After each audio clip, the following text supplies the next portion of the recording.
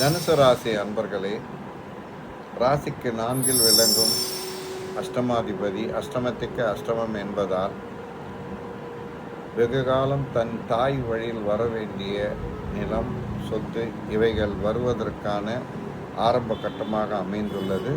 அவர் அவிட்ட நட்சத்திரத்தில் இருப்பதால் ராசிக்கு பூர்வ புண்ணியாதிபதி என்ற வகையில் பூர்வ புண்ணியமாகிய அத்தகைய சொத்துக்கள் வருவதற்கான அமைப்பு உண்டு.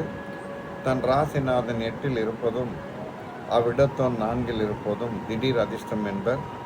4ஆம் வீட்டு அதிபதியை குரு பார்ப்பது பிள்ளைக்கு யோகம். இது அஷ்டம சனி அர்த்தாஷ்டம சனியை ஆயினும் வெற்றி கிட்டும். 3இல் உள்ள ராகு சந்திரனோடு இணைவது ஒரு உக்கிர தெய்வத்தை வணங்கி அதன் மூலம் நன்மை பெறலாம். இன்று கிரகணம் மறுநாள் கொள்ளும் என்பதால் தன்னுடைய நிலையை அறிந்து சுப விஷயங்கள் செய்யவும்.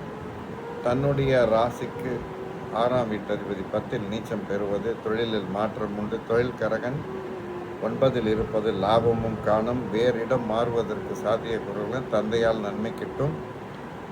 தன்னுடைய 2ஆம் வீட்டு அதிபதி 3இல் இருப்பதால் இளைய சகோதரரால் நன்மை உண்டு. போதிய அளவு வருவாய் முதலீடு செய்வதற்கு சாத்தியக்கூறுகள் அமைகின்றன. வீட்டில் முதலீடு செய்யலாம். இது நன்மை மிகும் காலமே ஆயினும் கோபம் கொள்ளாது செயல்படவும். ஒரு பிள்ளைக்கு நன்மை கிட்டும். வெளிநாளில் இருப்பின் இரட்டிப்பு ஊதியம் பெறுவர்.